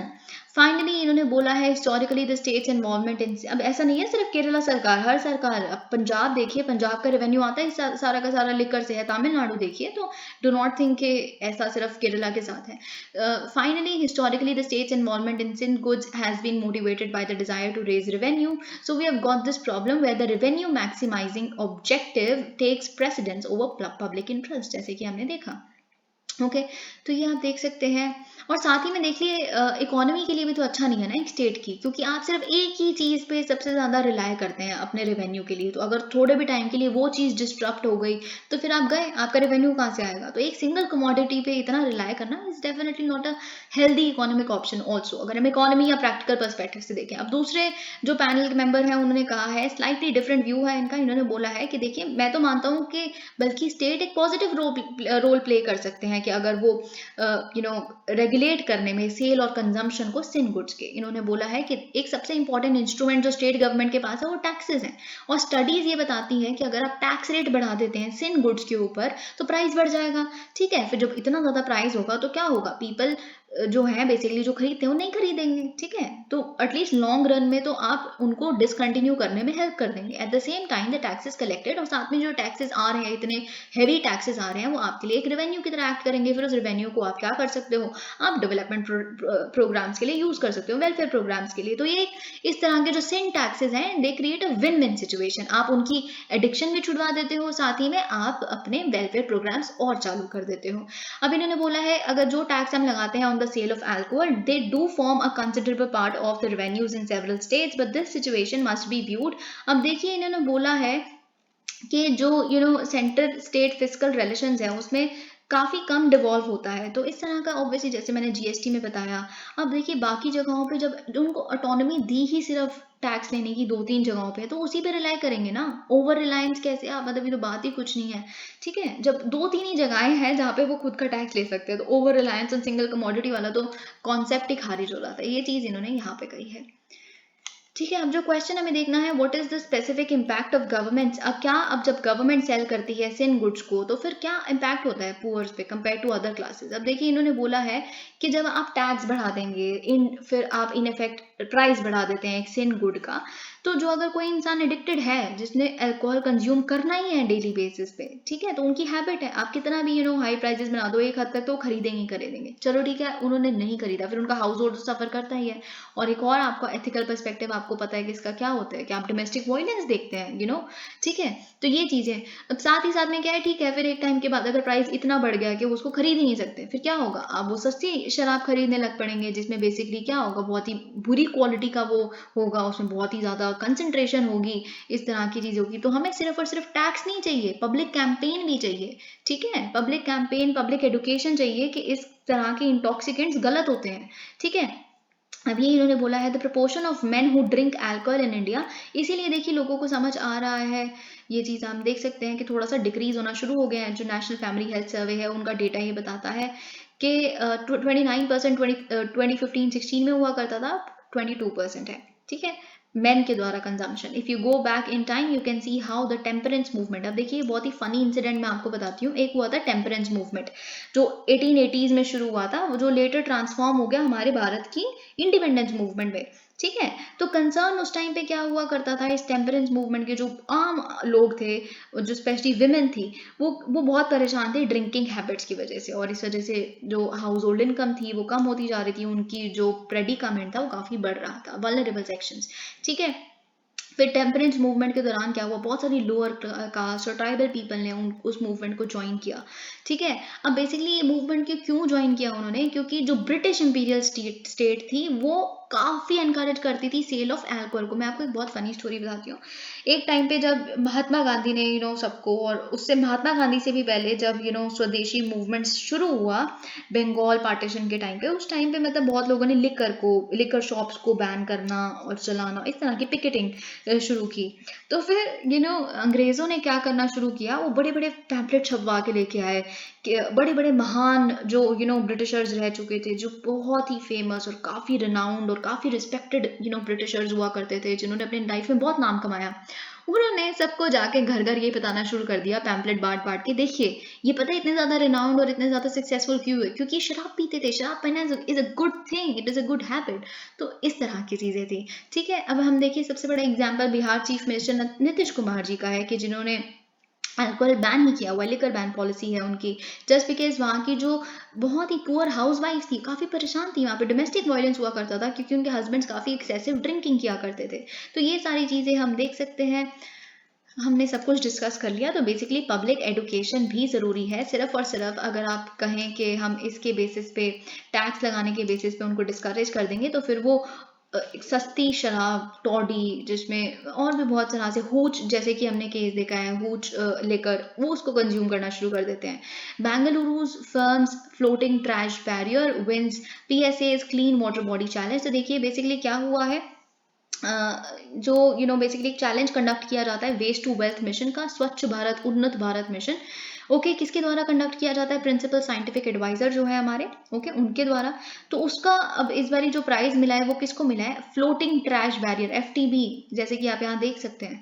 ठीक है, तो उसको बेसिकली बोला है कि जो 8 सिटीज में, भारत की 8 सिटीज में बेसिकली इसको डिप्लॉय किया गया है। ये क्या करते हैं, पानी के नेचुरल बहाव को यूज करते करते रिवर बैंक्स के पास क्या करते हैं, वेस्ट सारा इकट्ठा होता है, जो जिनकी डेंसिटी इतनी होती है कि वो इकट्ठा हो जाए। तो फिर ये जब फिर यहाँ पे इकट्ठा हो जाते हैं, तो इतना इकट्ठा हो गया कि मैनुअली बेसिकली आप फिर इसको रिमूव कर सकता है कोई भी। ठीक है, तो इस तरह से काफ़ी हेल्प कर रहे हैं क्लीनिंग द वाटर्स। तो इसने बेसिकली इसको सिलेक्ट किया गया है और ये विनर डिक्लेयर कर दिए गए हैं। Okay, so this was something जो आप एक एग्जाम्पल के रूप में लिख सकते हैं अगर कोई नमामि गंगे या फिर कोई भी एक क्लीनिंग वाटर बॉडीज पे या फिर कोई क्वेश्चन आता है उसमें। Fisherman set fire to vessel as Vizhinjam stir enters 100th day. देखिए हम इसको डिस्कस कर चुके हैं कि ये एक पोर्ट बन रहा है, बेसिकली एक इंटरनेशनल सी पोर्ट बन रहा है जिसके खिलाफ केरला में तिरुवनंतपुरम वहां पे काफी प्रोटेस्ट हम बहुत दिनों से देख रहे हैं। पिनाराई विजयन ने खुद भी बता दिया कि ऐसा कुछ नहीं होगा, कोई डिस्प्लेसमेंट भी अगर होगी तो हम उनको कॉम्पनसेट प्रॉपर्ली करेंगे, कोई इन्वायरमेंट को इम्पैक्ट नहीं होगा। इतनी सारी कॉम्पनसेशन देने के बाद भी वहाँ के लोग बिल्कुल तस से मस नहीं है, उन्हें बिल्कुल ये नहीं लगता, उनको लगता है उनकी इकोलॉजी खराब होगी, फिशरमैन का लाइवलीहुड चला जाएगा, उनके घर चले जाएंगे, सब कुछ ठीक है। तो ये प्रोटेस्ट हम देख रहे हैं अब, लेकिन इस प्रोटेस्ट ने थोड़ा सा वॉयलेंट फेज अपना लिया है, क्योंकि क्या हुआ है, फिशरमैन ने they set fire to a fishing vessel, जो सी पे आप देख सकते हैं किस तरह से। फिर उन्होंने जो पुलिस बैरिकेड्स थे जो बेसिकली उस साइड पे खड़े किए हुए थे उसको उखाड़ के सी में फेंकना शुरू कर दिया। जो प्रेस पर्सन वहां पे थे, प्रेजेंट थे, उनको मारना शुरू कर दिया, उनके कैमरास डैमेज कर दिए। तो एक वॉयलेंट फेज इसने अपना लिया है। लेट्स सी किस तरह से इसका एक सोल्यूशन निकलता है। ओके अब ये आर्टिकल था जो मैं आपको बता रही थी, coinage with images of gods and goddesses dates back to Kushans. अब देखिए यही है कुशान्स, आपको पता है जो सेंट्रल एशियन रीजन से आए थे, जिन्होंने रूल किया 3rd सेंचुरी एडी तक। वो फर्स्ट ऐसा हमारे उस टाइम में एक फर्स्ट लोग थे जिन्होंने अपने कॉइन्स पे मिंट करना शुरू किया था, प्रिंट करना शुरू किया था गॉडेस लक्ष्मी को। ओके अलोंग विद एक और उनकी डीटी, एक और ईरानिक गॉडेस ऑफ वेल्थ जिनका नाम है अर्डोश, ठीक है, उनके साथ उन्होंने लक्ष्मी जी को भी प्रिंट करना शुरू किया था। जो कुशान्स हैं बेसिकली उन्होंने ईशो भी डिपिक्ट किया था, शिवा अपने कोई कॉइन्स पे, मून डीटी यानी कि मीरो, और बुद्धा भी। तो बुद्धा वाली चीज भी आपको पता होनी चाहिए, इससे आपको पता ही होगा कनिष्क जो एम्परर थे उनके बारे में। क्लोजर होम, अब देखिए और भी अगर हम बात करें, ये तो इंपीरियल हो गए ना, ये तो बाहर से आए थे, इन्वेजन की थी इन्होंने तो। पर अगर हम विजयनगर किंग्स जो हमारे इंडिजिनस किंग्स थे उनकी अगर बात करें, उनके कॉइनेज की बात करें, तो उनमें भी हिंदू आइडल्स दिखे थे हमें। हरिहरा 2 अगर बात करें, उन्होंने इंट्रोड्यूस किए थे कॉइन्स जिसपे ब्रह्मा और सरस्वती जी थे, विष्णु लक्ष्मी और शिव पार्वती, ठीक है। तो ये कुछ चीजें अब क्योंकि ये इस तरह से इवॉल्व हो ही रही है, कॉइनेज का डिबेट या करेंसी नोट्स का डिबेट, तो हम इसके बारे में पास्ट भी देखेंगे। Jharkhand governor seeks second opinion in case against chief minister. तो झारखंड के चीफ मिनिस्टर हेमंत सोरेन जी हमने डिस्कस किया है, इनके अगेंस्ट किस तरह से ऑफिस ऑफ प्रॉफिट की एलिगेशन लगी थी बीजेपी द्वारा, जिस वजह से बेसिकली इनको निकाल तो कोई नहीं पाया। फाइनली इन्होंने अपने सारे एमएलएज को भी रिजर्व कर लिया, खरीदने नहीं दिया, इस तरह की हॉर्स ट्रेडिंग नहीं हुई, अपनी सरकार बचा ली।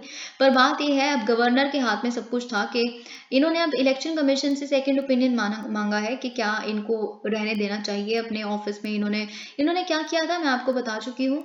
इन्होंने बेसिकली एक माइनिंग एरिया था, माइनिंग लीज थी इनके पास, जो इस समय नहीं, बहुत साल पहले जब ये पावर में नहीं थे तब इनको मिली थी।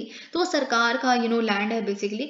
फिर उन्होंने जब खुद पावर में आया उसको रिन्यू कर दी। इस वजह से ये ऑफिस ऑफ प्रॉफिट है कि नहीं है, इसके बारे में ये चीज चल रही है। हेमंत सोरेन के जो डैड हैं, ठीक है, तो उनके ऊपर भी काफी ऑफिस ऑफ प्रॉफिट केसेस चल चुके हैं। ही इज एन एमपी, है ना। तो ये बात आप जानते हैं। State should have a uniform policy on law and order, Amit Shah. आपको पता है चिंतन शिविर होने वाला था, तो उसके टाइम पे union home minister Amit Shah ji ने थर्सडे को ये कहा है स्टेट को क्या करना चाहिए, यूनिफॉर्म लॉ, एक जैसा लॉ एंड ऑर्डर पॉलिसी होनी चाहिए। क्योंकि जो क्राइम्स हैं, cross border terrorism, cyber crimes, ये सिर्फ एक रीजन या इस तरह के किसी बॉर्डर को रिस्पेक्ट नहीं करते, दे ट्रांसेंड इंटरनेशनल बाउंड्रीज। ओके, ये चीज इन्होंने बोला है कि अगर हम इन्होंने बोला है कि by 2024 to counter terror activities, हर स्टेट के पास NIA का एक ऑफिस होगा, ठीक है, जो एक एजेंसी की तरह काम करेगा। अब उसको क्योंकि NIA को इतनी सारी पावर्स दे दी गई हैं, NIA एक्ट को इतना अमेंड कर दिया गया है क्योंकि उन्हें अब इंटरनेशनल डिस्प्यूट्स को इंटरनेशनल जुरिस्डिक्शन में भी अपनी एक्सरसाइज करने का हक दे दिया है, extraterritorial jurisdiction and additional powers to confiscate property in terror related cases. He called for centralisation of data on terror, जिससे क्या होगा, basically one data one entry, यानी कि अगर एक कोई टेरर रिलेटेड इन्फॉर्मेशन है तो सिर्फ सेंटर के पास हो, ऐसा नहीं कि 36 जगहों पे उसे प्रोलिफरेट किया हुआ है, फिर वो इन्वेस्टिगेट कर रहे हैं, फिर सेंटर इन्वेस्टिगेट कर रही है। इतना डुप्लीकेशन नहीं होना चाहिए, फिर डुप्लीकेशन ऑफ एफर्ट्स भी हो जाते हैं। ये इन्होंने बोला है। नेट ग्रिड को भी आप अपनाना शुरू करें, क्योंकि नेट ग्रिड क्या है, बेसिकली हम ऑपरेशनल हो गया है नेट ग्रिड। इसमें 11 एजेंसीज जो हैं, 11 सेंट्रल मिनिस्ट्रीज हैं और आईबी वगैरह इस तरह की जितनी भी इंफॉर्मेशन कलेक्ट करते हैं कॉमन प्लेटफॉर्म में से लाया जाता है। तो इन्होंने बोला स्टेट्स को बेसिकली इस डेटा को यूटिलाइज करना शुरू करना चाहिए ताकि अपने स्टेट की सिक्योरिटी बढ़ा सके। कोऑपरेटिव फेडरलिज्म का ये डेफिनेटली इन्होंने एग्जाम्पल दिया है। Okay, mission two and when Gilgit Baltistan PoK reunite with India. देखिए क्यों हो रहा है अक्टूबर 27 को, जैसे अभी हमने देखना है ये दिन काफी बनाया जाता है। तो हमारे जो डिफेंस मिनिस्टर है राजनाथ सिंह जी ने, उन्होंने थर्सडे को ये कहा है कि हमारा जो मिशन है जो अगस्त 5 को शुरू हुआ है कि हम फुली इंटीग्रेट करना चाहते हैं जम्मू कश्मीर को भारत के साथ, इसीलिए तो हमने वहाँ का कॉन्स्टिट्यूशन वगैरह सब कुछ हटा दिया। इंडिया का एक कॉन्स्टिट्यूशन, आप भी इंडिया के पार्ट हो, यही हमने उनको बताने की कोशिश की और वो खुश हैं। अब वो डेवलपमेंट प्रोस्पेरिटीज के पाथ पे चल चुके हैं। अब ये मिशन अभी शुरू हुआ है, it is just a beginning. ये खत्म तब होगा जब गिलगिट बाल्टिस्तान और जो हमारा पाकिस्तान ऑक्यूपाइड कश्मीर है उसको भी हम रीयूनाइट कर देंगे भारत के साथ। ये चीज इन्होंने कब कही है? Shaurya Diwas in Budgam district to commemorate the Indian army successes after landing of soldiers in JNK। इसके दौरान ये सारी बातें कही हैं। Thank you so much.